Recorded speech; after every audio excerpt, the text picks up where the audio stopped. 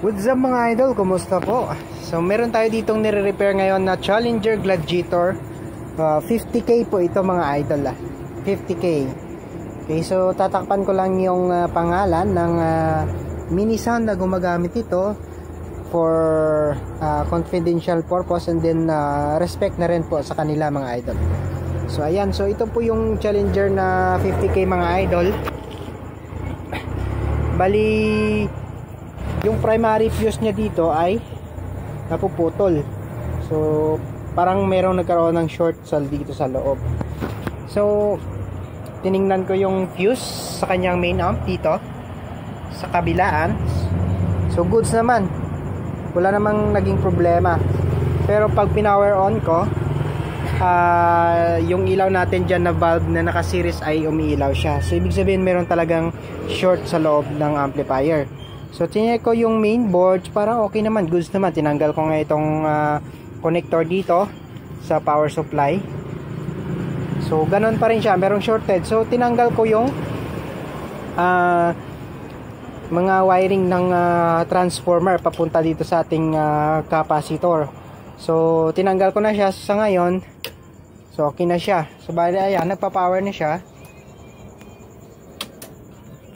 So ibig sabihin dito yung nagkakaroon ng problema mga idol sa kanyang capacitor. So either diode, check natin diode, or mga ayan, mga filter caps na mga liliit, yung mga mylar na yan. So yan po yung i-check natin.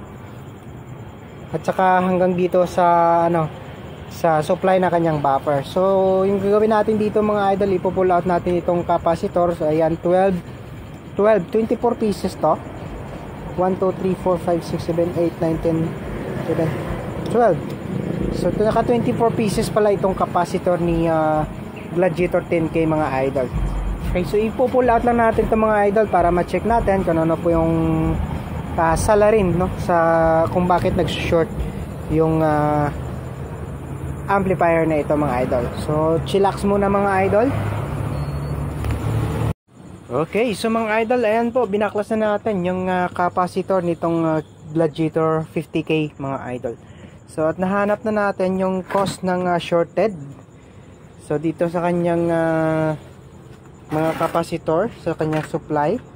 So bali yung isang diode dito mga idol, yung sa low side o yung sa standby mode niya ay merong open. So check natin yan. So open siya mga idol, bali dito sa kanyang positive, ayan oh. So tester na natin. Ayan. So beeping yung tester natin. So 0 ohms siya. So ibig sabihin yan, open yung diode nito. Ayan, binaliktad natin yung test prod natin. At tinister natin dito. Ayan, so ganun pa rin siya. So dito sa kabila wala eh. Oh, ayan oh. So meron talagang dapat na reading. So busted po yung bridge diode nito mga idol. So papalitan natin yan. So sa ngayon wala tayong pamalit kasi naubos yung stock natin dito. So sa ginagamit natin kasi sa sa mga natin. Ay, meron pala tayo ditong pwedeng ipalit. Ayan oh. So tester na natin ito mga idol. Susubukan natin to.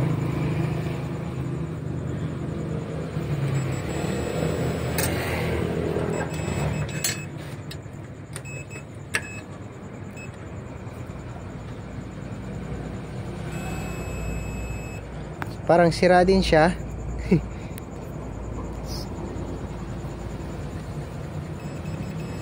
Wala, sira din po mga idol eh. So sira din pala itong diode na ito mga idol. So itapon na lang natin to para hindi na tayo nito, malito. Ayan. Okay, so ayan, so check natin yung ibang mga diode sa kanyang mga idol. Pasensya na kayo sa sa video ko medyo maalaw. Ayan, so wala. Okay, so dapat ganito yung diode natin. Ayan, so wala siyang shorted dapat. Ditulad dito mga idol. So sa isang pa dito meron talagang shorted. So papalitan natin to. So bibili pa ako ng pamalit natin dito para matesting natin ulit to. Itong Gladiator 50k mga idol. Ayan. Okay, so dito sa mga ano niya, wala namang sira sa kanyang mga Mylar capacitor na filter. So wala namang sira.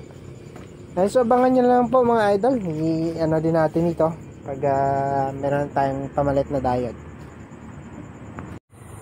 Ayan po mga idol. So bali natapos na natin si Gladiator 50k na i-repair. So bali yung mga tinamaan na piyesa, ito po ay bridge diode sa kanyang supply. Tapos tatlong power output na MJL 4302 at saka 4281. So dito sa kabilang channel. So bali tatlo. So mabuti tatlo lang po yung tinamaan. Ayan, so okay na po ito mga idol. So ito nga pala yung pinakamahal na model ng MGL na power transistor. So kaya ingat-ingat tayo sa mga ganitong mga power output. So iwasan natin masyadong isagad kasi pag nasibak okay lang na hindi maubos. So pag naubos, so ilang piraso to. Tapos nasa 500 plus pa yung ano na yan, yung bawat piraso ng MGL na yan. So okay na po ito mga idol. Testing lang natin.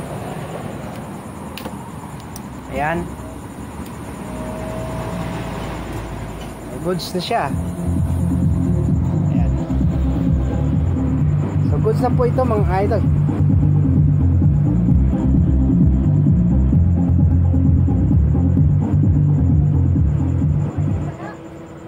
Siguro nasibak yung diode dito. So nadamay yung yung power output ng tatlong piraso diyan sa So goods naman lahat. So mga components niya wala naman problema sa MOSFET. So goods na goods. Yan. Okay, so ready to release na po ito yung Gladiator 10k 50k no, ng customer natin. So meron tayong isang isusunod. Ayan, so ano to? 100k ba to? So titingnan natin kung 100k to. So ito ay kakabili lang din nila sa GVS. So titingnan natin kung ito ay na-revise na kasi mayroong mga version 2 ng sa GVS na binebenta na na-revise na. So ito check na lang natin kung version 2 yung nakuha nila or hindi. So malaman natin yan mamaya.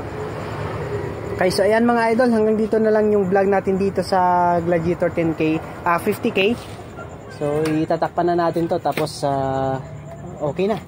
Ready for release na po ito mga idol. So maraming salamat nga pala sa mga sumusubaybay sa aking mga videos mga idol. So medyo lang, konting pasensya lang kasi sa ngayon medyo busy talaga tayo dito sa shop. So hindi tayo makapag-vlog ng maayos. Ayan, so meron tayong mga loaded tayo dito. Ayan, so meron pa tayong i-set up na processor. Ayan, so buti na lang natapos na natin itong Lexus. Hindi ko na nga na-vlog itong Lexus. Okay, so maraming salamat mga idol.